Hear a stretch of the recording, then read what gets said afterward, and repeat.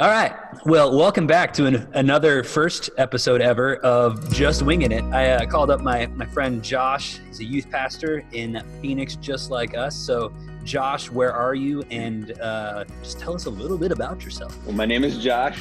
I'm a minister here in Phoenix as well. I'm an associate pastor at Hillside Baptist. Father of four, married for quite a long time now. Been in the ministry for like 15 plus years, I think. And really like spicy food. First bite of the wings, and then we'll jump into the first question. Are you ready? All right. Mine's very wet. Okay. Cheers. Yes. All right, here we go. All right, so first question. What is your testimony? Well, I was not raised in a Christian home. I was actually raised by a single mom for quite a time. She had me when she was very, very young. So she was pregnant with me at 15. At 16 years old is when she became a mom, and I had a very bad experience with the church. And so growing up, my whole knowledge or understanding about Jesus or God was very slighted because I'd only heard it in really negative terms. But my grandmother down in Tucson, when we lived there for a bit, she would take me to a Presbyterian church just across the road. And I know if I quoted these weird sentences, then I would get little fake gold nuggets and candy. And so I did that. And that was my first exposure to who God was and who Jesus was. Really, that was just all in the background though. Like I kind of had an idea, like church was just this like big ornate kind of deal. But in junior high, I mean, my life was going off the charts, getting constantly in trouble at school, failing, lots of problems with my parents, all sorts of stuff. And a lot of it had to do with my friends. Well, of that friend group, one of them was actually Christian and attending a church. And he had kept inviting me, and I just kept putting off because I didn't want to go. But eventually went and just found the people to be there just caring and loving and talked to me in ways that no one else had talked to me. Was there for about 6 months when the youth pastor, his name's Chad Moore, got up and gave his testimony and the gospel presentation, and he tied that into being two-faced, and that was the first moment I really realized like that's what I'm being, like I'm being two-faced, and it convicted me, and that's when I really understood this desire for repentance and understood that like only Jesus is the person that can rescue me for that. And so at 13 years of age was when I gave my life to Christ, understanding all that he had done for me, and then been walking forward ever since that day. Yeah. Cool stuff. And so you came to faith in the 1990s, correct? Mm-hmm. Somewhere around there. Oh yeah. That leads me to my second question. So let's grab our second wing. Okay. This one's kind of Cheers. chunky. You got like a big This one. I know they're beefy boys. All right. Number 2 is the beef. That's where it is. All right. 3, All 2, right, 1, here go. we go. All right, so second question. So you grew up in a time, a similar time that I grew up in youth group, where everything was extreme, and there was like a concert like every Friday. There was local shows, there were Christian bands like everywhere. And so now there's less concerts, Mm-hmm. there's less loud music. A lot of it is more like softer music. So what do you think happened? Why are things different now? Ooh, that is a really good question. But you're right. Like I remember like early 90s or growing up that time, it was going to see MXPX, 5 Iron Frenzy, lots of punk, lots of ska. I remember Phoenix being filled with like lots of like just kind of grungy concert venues where you would go and there'd be like 50 people there, and then like you were with the band and everyone just pouncing each other. I do remember moshing for Jesus, which I'm not sure, it's probably not a thing anymore, like to punch someone in the face, but I love Jesus. Probably doesn't happen that much. But I think, I don't know, like I see a culture shift and where like it became less about those small venues, and then it just started getting into these huge ones where it was just auditoriums and how big can it get. And I think when we got to the point of it just being these big concerts in huge venues, that we just kind of got away from all that and lost a lot of the community and intimacy that was there with the smaller concerts. Yeah. So you mentioned a couple. Were there some other bands that like you would just go to see anytime that they're in town, or maybe even some local bands that they would just like play all the time? Oh gosh. Remember, like, any punk band would come through, and there's probably a bunch I shouldn't name, but there's definitely a bunch that I went to.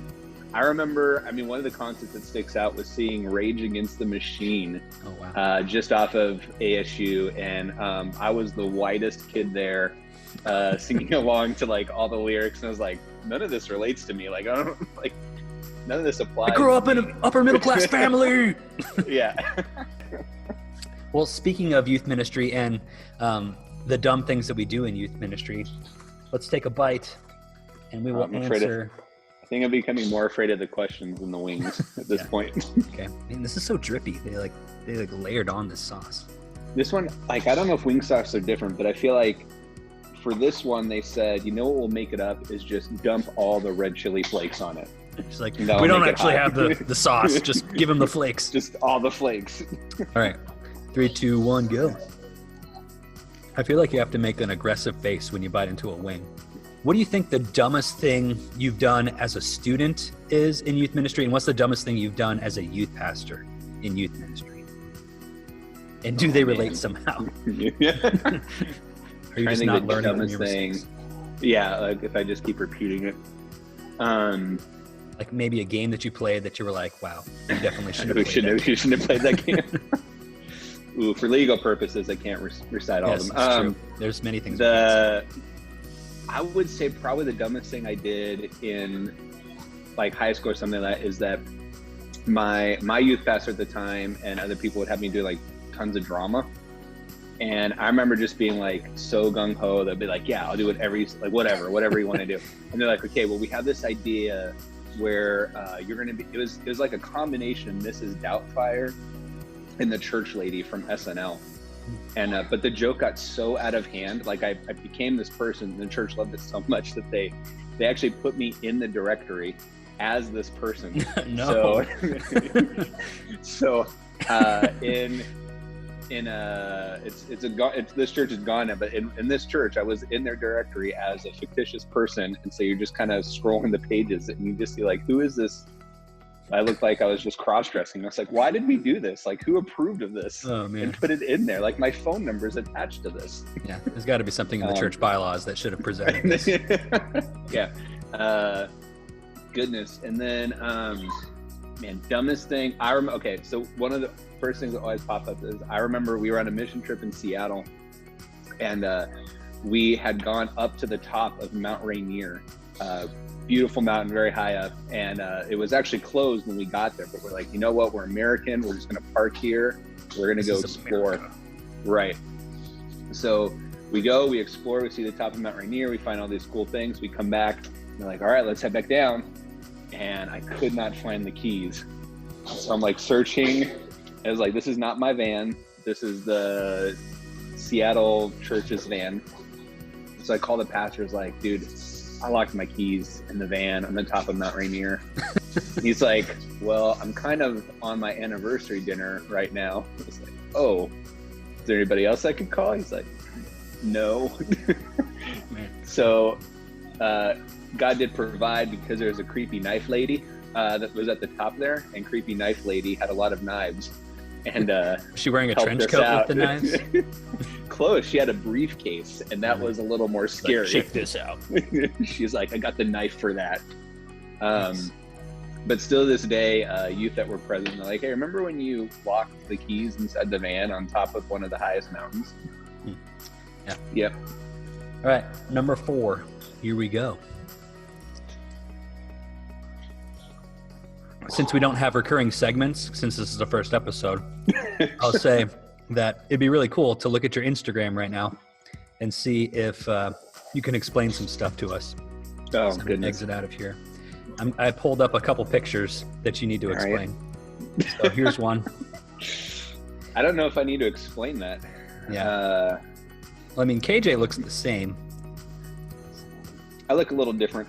Yeah. I look a little less Jeremy. A little less Jeremy Campish these days. What I really like are the hashtags. And this is 352 weeks ago, so it kind of dates you a little bit. But right. Hashtag #UJelly, hashtag America, hashtag Zonacamp, best friends, twinsies. It's pretty good. So what is going on in this picture? Ooh, so just so everyone's aware, I get all my dental work done in Mexico. So that's a real thing. That's a real thing. Like I go across the border, and that is me getting a root canal. So he's about to rip out that tooth. There's like a hole there or something. Yeah, he already drilled it, and so yeah, that's actually just across the border in Mexico. Oh, that's cool. For my root canal. All right, and then what happened here? I feel like that. I don't know if you're like me, where that's happened so much that it's true. I'm trying to remember the specific time. Like, is this at church, or I mean, this is it says Hillside Baptist Church Student Ministry. So this isn't like one of your kids throwing mashed potatoes at you or something. No, I'm pretty sure that's. Oh, so at the end of the year, we always have a massive ice cream sundae for our youth ministry at the end of the school year, and it turned into a food fight. That's what happened. And then, of course, because I'm the mature one, I started said food fight. Yes. Well, you look pretty mature here. So were you going through a phase right here? Why isn't this really stuck? This is, I was casted to be in a murder mystery put on by Christian Challenge. You definitely look like a murderer, for sure. It's the scarf. I think it's the scarf that does it. Gives you away. And so I was supposed to be a director in this play within a play. All right, last one before we head out. Let's go ahead and go to that last wing. Last wing? Swing. And we can cheers that one. Wait, that one. You already bit into that one. I already bit on that one. All right, here we go. Fresh wing. Go. So many peppers. All right, here we go.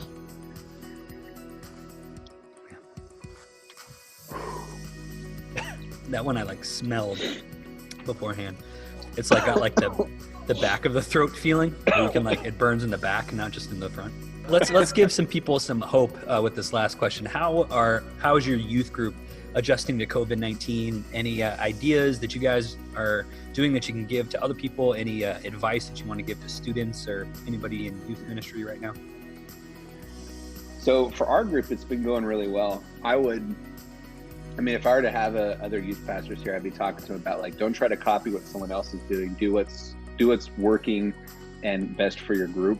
It's for my initial thing was oh man, all these guys are putting out such awesome Instagram things and challenges, and so I was just killing myself trying to do the same thing, but that wasn't taking, and so I was just really getting bummed out and be all my students suck, and but what was happening is in our Zoom meetings, they were going really well. We had tons of interaction. They were texting one another.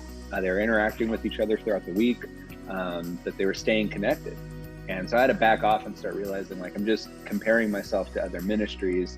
I need to see how God is working in this and the way he's stirring the hearts of my students. And so once I did that, it then became much easier. So our group has been doing really good. We predominantly have been doing Zoom, and we've been playing interactive games in it. We do breakout groups. I'll teach. We have lots of interaction, and in that, we'll have challenges and stuff where they're either texting me or calling me or getting them to do something each day. So for our group, it's been working really well, and it's been neat to see, them bringing their friends into the equation as well. So we're meeting them and getting able to talk to them as well. All right. Well, any last words or anything you want to say before we sign off for today? I would say if you're going to get wings from Wingstop, ask them how much red pepper per portion of chicken they use. They probably just have a bucket of red peppers and they just drop it in there and shake it a little bit and they give it to you. Just get them a little wet. Oh. All right. Well, thank you for joining us today on the episode of Winging It, which we just winged it before. Yeah, before this happened. But yeah. All right. Well, see you guys next time. Thank you, Josh. Thank you, Caleb.